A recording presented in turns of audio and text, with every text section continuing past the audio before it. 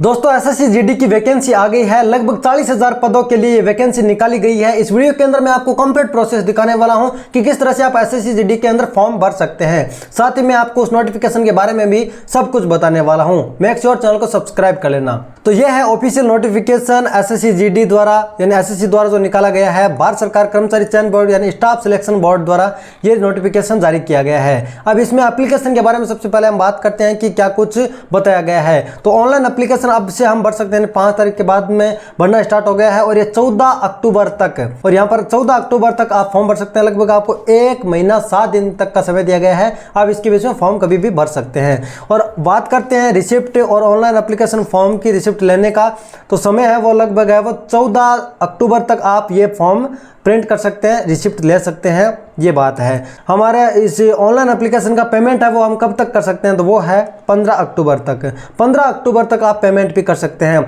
अब इसमें correction window भी ओपन होगा 5 नवंबर से 7 नवंबर के बीच, यानी 2 दिन के लिए ये करेक्शन विंडो भी यहाँ पर ओपन किया जाएगा, जिसमें यदि आपने कोई फॉर्म फिल करते समय कोई गलती कर दी है तो उसको आप करेक्ट कर सकते हैं। और वह बात करते हैं सीबीटी बेस्ड एग्जामिनेशन की यानी कंप्यूटर बेस्ड एग्जामिनेशन की, तो वो जनवरी से फरवरी के बीच में आपका कंडक्ट कराया जाएगा। तो अभी सितंबर है, सितंबर, अक्टूबर, नवंबर, दिसंबर, जनवरी और फरवरी, लगभग 5 से 6 महीने का समय आपको मिल जाता है, जिसमें आप जीडी की तैयारी कर सकते हैं। इसमें कौन कौन से पद है इसके बारे में बात करते हैं। तो थोड़ा हम नीचे स्क्रॉल करते हैं, आपको पता चलेगा कि कौन कौन से पदों के लिए वैकेंसी निकाली गई है। तो सबसे पहला पद है बीएसएफ, जिसकी टोटल वैकेंसी है 15,654, और सीआईएसएफ 7,145, सीआरपीएफ 11,541, एसएसबी 819, साथ में आईटीबीपी 3,017, साथ में एआर, एसएसएफ, एनसीबी, इस तरह से काफ़ी सारी पोस्ट के लिए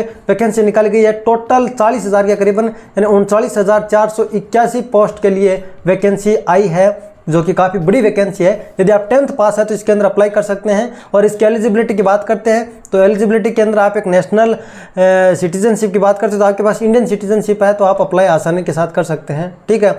एज लिमिट की बात करते हैं तो 18 साल से 23 साल के बीच में आपकी एज होनी चाहिए। इस चीज़ का आपको खास तौर से ध्यान रखना है। और आप 18 से कम के हैं तो आप ये चीज़ ध्यान रखना कि आप 1 जनवरी 2025 से पहले क्या 18 साल के हो जाएंगे। यदि यस तो आप इसके अंदर फॉर्म फिल कर सकते हैं। यानी कि आपका जन्मदिन 1 जनवरी 2025 से पहले चाहे तो अक्टूबर में, नवंबर में और इस चल रहे मंथ में, सितंबर में, दिसंबर में कभी भी आता है तो आप एलिजिबल है इस फॉर्म को फिल करने के लिए।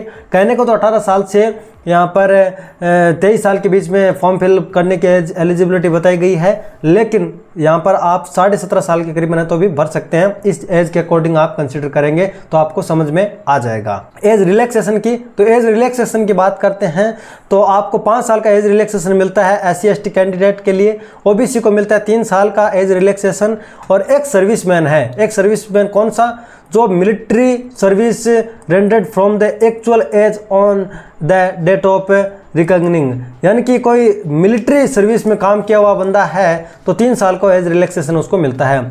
Children and depending on victim kills in 1984 rights और कम्युनल राइट्स, इस गुजरात के कांड वगैरह के अंदर 2002 में जो हुआ था उसमें कोई आपके चाइल्ड की मृत्यु हो गई है या फिर आप विक्टिम हो, मतलब उसमें कोई आपका बच्चा या बेटी मतलब कोई भी ख़त्म हो गया है तो भी वो EWS कैटेगरी से बिलोंग करता है तो 5 साल का एज रिलैक्सेशन है।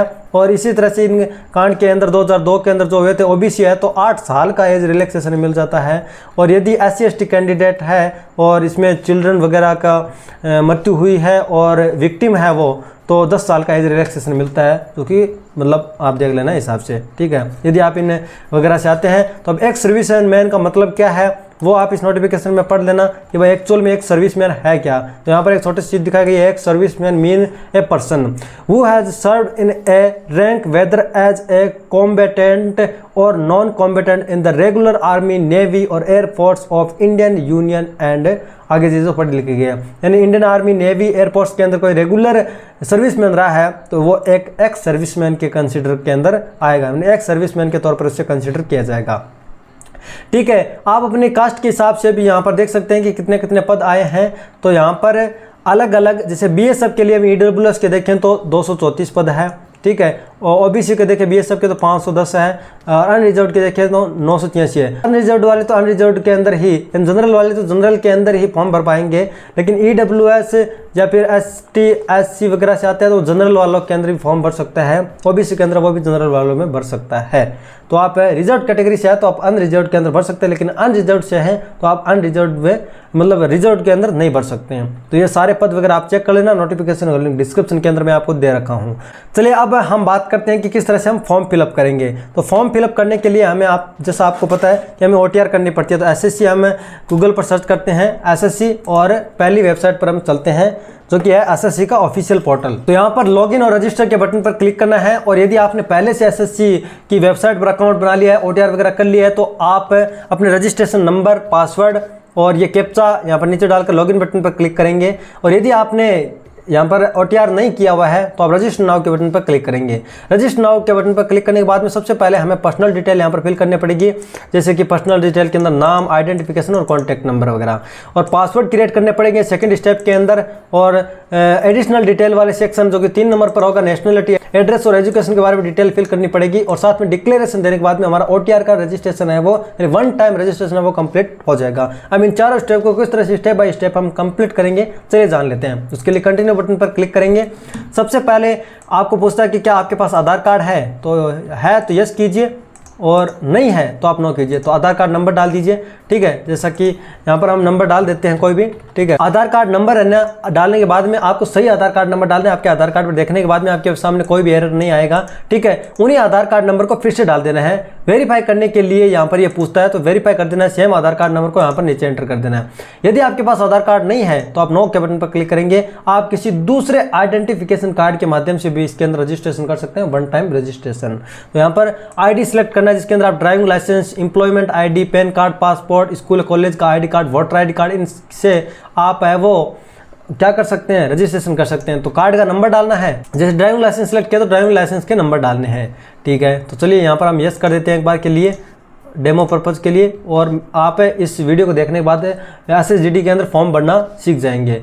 तो यदि आपके पास आधार कार्ड है तो आपको अदर आइडेंटिटी कार्ड देने की जरूरत बिल्कुल नहीं पड़ेगी। उसके बाद में यहाँ पर पूछता है कि कैंडिडेट का नाम क्या है, तो कैंडिडेट का नाम है वो यहाँ पर इंटर कर देना है कि कैंडिडेट का क्या नाम है। उसी नाम को है वो फिर से एंटर कर देना है, जैसा आपकी 10th की मार्कशीट के अंदर लिखा हुआ है सेम ऐसा का ऐसा ही, यानी सेम वैसा ही आपको नाम यहाँ पर एंटर कर देना है। नाम में गलती बिल्कुल नहीं होनी चाहिए। क्या आपने कभी अपने नाम को चेंज किया है, तो नाम को यदि चेंज किया है तो आप यहाँ पर नाम डाल दीजिए जो भी आपने चेंज किया है, और उसी नाम को वेरीफाई कर दीजिए। और जब यदि आपने अपना नाम कभी चेंज नहीं किया है तो यहाँ पर नो कीजिए। स्टेप बाय स्टेप मैं आपको धीरे धीरे सब कुछ चीज़ें बता रहा हूँ, इसलिए वीडियो को एंड तक जरूर देखना, चैनल को सब्सक्राइब कर लेना ऐसी वीडियो और देखने के लिए, ठीक है। तैयारी किस तरह से करेंगे वो भी मैं इस वीडियो के अंदर बताने वाला हूँ, तो डेफिनेटली सब्सक्राइब करें। जेंडर को सिलेक्ट कीजिए आप, मेल फीमेल जो भी हो, और जेंडर को फिर से वेरीफाई कीजिए, दोबारा सेलेक्ट कीजिए, अपनी डेट ऑफ बर्थ डाल दीजिए। डेट ऑफ बर्थ डाल सकते हैं आप इस तरह से भी डाल सकते हैं आप, या तो सीधा अपने कंप्यूटर से टाइप कर दीजिए एज को, अदरवाइज आपको यहाँ पर सामने कैलकुलेटर का बटन मिलता है, इस पर क्लिक कीजिए और आप अपनी एज है वो सिलेक्ट कर लीजिए। जैसे कि मान लेते हैं कि आपका जन्म है, मान लो कि आपका जन्म में हुआ है 2006 के अंदर, ठीक है, तो 2006 सिलेक्ट कीजिए। जिस भी मंथ के अंदर हुआ है वो सिलेक्ट कीजिए, और जिस भी डेट को हुआ है वो सिलेक्ट कीजिए। तो 7/4/2006 इस तरह से आप सिलेक्ट कर पाएंगे। Same as it is calendar से दोबारा आपको एज सिलेक्ट कर लेनी है अपने जो ऊपर एज सिलेक्ट की है। कोई भी डिटेल आप गलत किसी भी सूरत के अंदर ना डाल देना। उसके बाद में आपको फादर का नाम डाल देना है, ठीक है। तो फादर का नाम आप यहाँ पर डाल दीजिए, और उसी फादर के नाम को आपको यहाँ पर वेरीफाई कर देना है, ठीक है। उसके बाद आपको अपने मदर का नाम डालना है, ठीक है। मदर का नाम डालने के बाद मदर के नाम को वेरीफाई कर लेना है। उसके बाद में आपने 10th किस बोर्ड से पास किया है तो वो आप सिलेक्ट कीजिए। जिस भी बोर्ड से आपने पास किया है वो बोर्ड आपको यहाँ पर मिल जाएगा, आप सर्च भी कर सकते हैं। बोर्ड को आपको फिर से वेरीफाई करने के लिए क्या करना है, दोबारा से अपने बोर्ड को सिलेक्ट कर लेना है जिस भी बोर्ड से आपने 10th क्लास पास की है। 10th क्लास के रोल नंबर आपको यहाँ पर डाल देने हैं, साथ में जो मार्कशीट पर आपको लिखे हुए हैं, और वही रोल नंबर आपको यहाँ पर फिर से वेरीफाई कर देने हैं। किस साल आपने 10वीं क्लास पास की है वो डाल दीजिए, ठीक है, और दोबारा से डाल दीजिए, वेरीफाई करने के लिए। उसके बाद में highest level of educational qualification, यानी आपने ज़्यादा से ज़्यादा क्या किया है, 12th पास आउट हो आप तो 12th पास आउट सिलेक्ट कर सकते हैं। हायर सेकेंडरी, आपने कोई डिप्लोमा किया तो डिप्लोमा सेलेक्ट कीजिए। ग्रेजुएशन कर रखी है, पोस्ट ग्रेजुएशन या PhD, जो भी आपकी हायर लेवल क्वालिफिकेशन है, हाईएस्ट लेवल, वो सिलेक्ट कीजिए। चलिए हम सीनियर सेकेंडरी सिलेक्ट करते हैं, फिर से सीनियर सेकेंडरी सिलेक्ट करते हैं, हायर सेकेंडरी। उसके बाद में आपको अपने मोबाइल नंबर डाल देना है, आपको अपनी ईमेल आईडी डाल देनी है। उसके बाद में OTP for verification will be send on this email ID, और OTP for verification will be send on mobile number, यानी इन दोनों मोबाइल नंबर और ईमेल आईडी दोनों पर OTP वेरिफिकेशन कोड सेंड किया जाता है। वो कोड डालने के बाद में आपका फर्स्ट स्टेप कंप्लीट हो जाता है। उसके बाद आप यहाँ पर सेव एंड नेक्स्ट के बटन पर क्लिक करेंगे। नेक्स्ट पर क्लिक करने के बाद में आपके पास OTP आएगा। वो OTP डालने के बाद में कैसा प्रोसेस आएगा मैं आपको अभी दिखा देता हूँ। वन टाइम रजिस्ट्रेशन नंबर है वो आपको यहाँ पर प्रोवाइड हो जाएंगे, इसको आप सेव करके रखिए। लॉगिन करने के लिए आपको ये काम में आएंगे। दूसरी बात मैं आपको बता देता हूँ दोस्तों कि इसके अंदर आपको मोबाइल नंबर और ईमेल आईडी पर आपको पासवर्ड सेंड किए जाएंगे, डेमो पासवर्ड। तो उन पासवर्ड से आप यहाँ पर लॉगिन कर पाएंगे। उनको हम चेंज करते हैं सबसे पहले। तो रजिस्ट्रेशन नंबर डालते हैं, कंटिन्यू करना है आपको वहाँ पर। सिंपल सा यही जो मैं प्रोसेस दिखा रहा हूँ वैसा प्रोसेस आएगा। कैप्चा डालना है और रजिस्ट्रेशन नंबर पासवर्ड डालने के बाद आप साइन इन बटन पर क्लिक करेंगे। फिर आपके सामने ओल्ड पासवर्ड डालने का बटन आएगा, रजिस्ट्रेशन नंबर ऑटोमेटिक आ जाएगा जो हमने फिल किया है वो। उसके बाद में हम यहाँ पर न्यू पासवर्ड डाल सकते हैं। तो अब न्यू पासवर्ड किस तरह से बनाने हैं वो देख लीजिए। ओल्ड पासवर्ड आपको यहाँ पर डाल देना है, तो मोबाइल नंबर और ईमेल आईडी पर आते हैं। न्यू पासवर्ड आप बनाना है चाहते हैं तो उसके अंदर क्या होना चाहिए, अपर केस होना चाहिए, लोअर केस होना चाहिए, स्पेशल कैरेक्टर होना चाहिए और नंबर होने चाहिए, कैपिटल स्मॉल लेटर भी होने चाहिए। यानी कुल मिलाकर आपको एक स्ट्रॉन्ग पासवर्ड बनाने हैं और अपने कॉपी वगैरह के अंदर लिख के रख लेने हैं, ताकि आप जब भी SSC पोर्टल के अंदर लॉगिन करें तो आपके वो काम में आ जाए। तो उसके बाद वो पासवर्ड आप जो डालते हैं उसी पासवर्ड को कंफर्म कर देना है। और आपको सिक्योरिटी क्वेश्चन पूछा जाएगा, इस पर आपको विशेष ध्यान रखना है कि सिक्योरिटी क्वेश्चन पूछा जाता है तो ये क्यों पूछा जाता है, ठीक है। तो यहाँ पर हम देखते हैं कि सिक्योरिटी क्वेश्चन के अंदर आप जो भी चाहते हैं वो सिलेक्ट कर सकते हैं। आपकी मैडम का नाम क्या है वगैरह कुछ सिलेक्ट कर सकते हैं। ये किस काम आते हैं, ये इस काम आते हैं कि आप जो पासवर्ड और रजिस्ट्रेशन नंबर वगैरह कुछ भूल जाते हैं तो इन्हीं क्वेश्चन को डालकर इसी का जो आंसर आपने यहाँ पर OTR करते वक्त डाला है वही पासवर्ड है वो आप डालने के बाद में इसके अंदर लॉगिन कर पाएंगे। तो आपको ध्यानपूर्वक क्वेश्चन भी लिख लेना है कॉपी के अंदर, और यहाँ पर आंसर जो आप डालते हैं अपने हिसाब से जो आंसर डालना चाहते हैं वो डाल सकते हैं। उसके बाद में हम कर देंगे कंटिन्यू। अब हमारा पासवर्ड क्रिएशन का, न्यू पासवर्ड क्रिएशन का प्रोसेस है वो कंप्लीट हो गया है। अब हमको एडिशनल डिटेल डालनी पड़ेगी। उसके लिए रजिस्ट्रेशन नंबर जो अपने पासवर्ड डाले हैं वो अभी बनाए वो, उसके बाद में कैप्चा डालने के बाद में यहाँ पर लॉगिन बटन पर क्लिक करेंगे। एडिशनल डिटेल डालने का बटन हमारे सामने आ गया है, ऑप्शन आ गया है। उसमें सबसे पहले हम हमारी कास्ट कैटेगरी सिलेक्ट करेंगे, कास्ट कैटेगरी को वेरीफाई करेंगे, नेशनलिटी को सिलेक्ट करेंगे। आप आउट ऑफ इंडिया रहते हैं तो आपको यहाँ पर कॉन्टैक्ट डिटेल भी देनी पड़ेगी कि आप इंडिया के बाहर कहाँ रहते हैं। लेकिन यदि आप इंडिया के बाहर नहीं रहते हैं तो आप यहाँ पर इंडियन सिटीजन सेलेक्ट कर लेंगे, ठीक है, सिटीजन ऑफ इंडिया। तो फिर आपके सामने ये ऑप्शन हाईलाइट नहीं होगा, इसके अंदर आपको डिटेल नहीं डालनी पड़ेगी। अभी यहाँ पर नीचे आपको ऑप्शन दिख रहा है विजिबल आइडेंटिफिकेशन मार्क, यानी कि आपके शरीर पर कोई ऐसा मार्क है जिससे आपकी पहचान हो सकती है, तो वो आप डाल दीजिए। किसी के नोज पर तिल होता है, किसी के कान पर, किसी के गाल पर, कहीं पर भी तिल वगैरह है, कुछ कोई निशान है तो वो आप डाल दीजिए, ठीक है। ये पूछा जाता है। इसमें आप यदि PWBD कैटेगरी से आते हैं तो यस कीजिए, डिसेबिलिटी टाइप को सिलेक्ट कीजिए और सर्टिफिकेट के नंबर डालिए। लेकिन यदि आप इस कैटेगरी से नहीं आते हैं या फिजिकली फिट है एकदम तो आप नो कीजिए। फिर आपके सामने ये टाइप वगैरह ऑप्शन हाइड हो जाएंगे। उसके बाद में आपको परमानेंट एड्रेस आपको डाल देना है। तो परमानेंट एड्रेस डालते हैं, उसमें स्टेट सेलेक्ट कीजिए, उसके बाद में आप अपना डिस्ट्रिक्ट सेलेक्ट कीजिए, उसके बाद आप अपने पिन कोड डाल दीजिए। उसके बाद में आपको एक ऑप्शन मिलता है परमानेंट एड्रेस आपका सेम है जो आपने एड्रेस अभी डाला है, यानी परमानेंट एड्रेस और करंट एड्रेस सेम है तो आप यहाँ पर यस कीजिए। ऑटोमेटिकली जो एड्रेस आपने ऊपर डाला होगा वो नीचे ऑटोमेटिकली पेस्ट हो जाएगा। यदि अलग अलग है परमानेंट और करंट एड्रेस, आपका पहले कहीं थे और आप तुरंत आप अलग जगह हैं तो आप यहाँ पर नो कीजिए। फिर आपको यहाँ पर सिर्फ डिक्लेरेशन का पेज आएगा, इसमें आप OTR का प्रीव्यू देख सकते हैं और इसको प्रिंट करके भी रख सकते हैं। सिंपल प्रोसेस है, कंटिन्यू करने के बाद में ये आता है। तो प्रीव्यू करने के लिए आपको यहाँ पर प्रीव्यू OTR के बटन पर क्लिक करके आपको पूरा प्रीव्यू दिख जाता है OTR का, और वो प्रीव्यू देख सकते हैं और प्रिंट भी कर सकते हैं। उसके बाद डिक्लेरेशन देना है सिंपल, और डिक्लेयर करने के बाद में आपका OTR सक्सेसफुली कंप्लीट हो जाएगा। तो चलिए यहाँ पर हम है वो प्रीव्यू देखने का प्रोसेस आपको दिखा देता हूँ। तो प्रीव्यू बटन पर क्लिक करते हैं, पूरी डिटेल आपके सामने आ जाती है। प्रीव्यू करने के लिए आपके सामने ये ऑप्शन आ जाते हैं, ठीक है। तो यहाँ पर प्रीव्यू कर सकते हैं। आप प्रिंट के बटन पर क्लिक करने के बाद में प्रिंट कर सकते हैं। फिर आपको यहाँ पर है वो डिक्लेयर कर देना है, सक्सेसफुली डिक्लेरेशन का मैसेज आ जाता है, प्रिंट करके आप रख लेना हार्ड कॉपी इसकी। फिर आपको रीडायरेक्ट ऑटोमेटिकली कर दिया जाता है, अदरवाइज आप लॉगिन दोबारा से करोगे तो आपके सामने ये मैसेज आएगा क्योंकि OTR आपने कंप्लीट कर लिया है। तो यहाँ पर रिडायरेक्ट किया जाता है। तो लाइव एग्जामिनेशन के अंदर आपको यहाँ पर constable GD in central arm force, CAPF SSF rifle, GD Assam rifles and सिपे नारकोटिक्स कंट्रोल ब्यूरो एग्जामिनेशन का ये बटन दिखता है, इसके अंदर आप अप्लाई कीजिए। ये इंस्ट्रक्शन दिए गए हैं, इसमें इंस्ट्रक्शन को आप अच्छे से रीड कर लीजिए। उसके बाद फिर नीचे स्क्रॉल करके फिल फॉर्म के बटन पर क्लिक कीजिए। कुछ डिटेल आपकी OTR से फैच कर ली जाएगी, कुछ डिटेल आपको वेरीफाई करनी है। तो इसमें आपकी एड्रेस वगैरह से रिलेटेड एडिशनल डिटेल है वो यहाँ पर कुछ फैच की जाती है। उसके बाद नेक्स्ट कीजिए। इसके अंदर आपको दोबारा से हायर एजुकेशन क्वालिफिकेशन को सिलेक्ट करना है, ये इसलिए क्योंकि आपने OTR करते वक्त हो सकता है कि कम डाली हो, तो अब आप ज़्यादा हायर मतलब लेवल ऑफ एजुकेशन कंप्लीट कर ली है तो आप डाल दीजिए। तो 10+2 डाल देते हैं। उसके बाद में दोस्तों आपको एड्रेस और एजुकेशन के बारे में सारी डिटेल दे देनी है कि आपने किस बोर्ड से यहाँ पर 10th पास की है। उसके बाद में 10th के रोल नंबर डाल दीजिए, 10th के परसेंटेज भी डाल दीजिए, और कोई ग्रेडिंग वाला सिस्टम है तो CGPA के अंदर आप ग्रेड डाल दीजिए, अदरवाइज परसेंटेज है तो आप परसेंटेज डाल दीजिए। ग्रेड वाला ये ऑटोमेटिकली हाइड हो जाएगा, इसको छोड़ देना है आपको यहाँ पर, सीधी बात है। नेक्स्ट करने के बाद में एडिशनल डिटेल आपको फिर से फिल करनी है। यदि आप एक्स सर्विसमैन है तो यस कीजिए, अदरवाइज नो कीजिए। आपको एज में रिलैक्सेशन चाहिए तो यस कीजिए, अदरवाइज नो कीजिए। यानी कि आप SC कैटेगरी से OBC से आते हैं तो आपको एज में रिलैक्सेशन मिलता है, कितना मिलता है मैंने वीडियो के शुरू के अंदर बता दिया।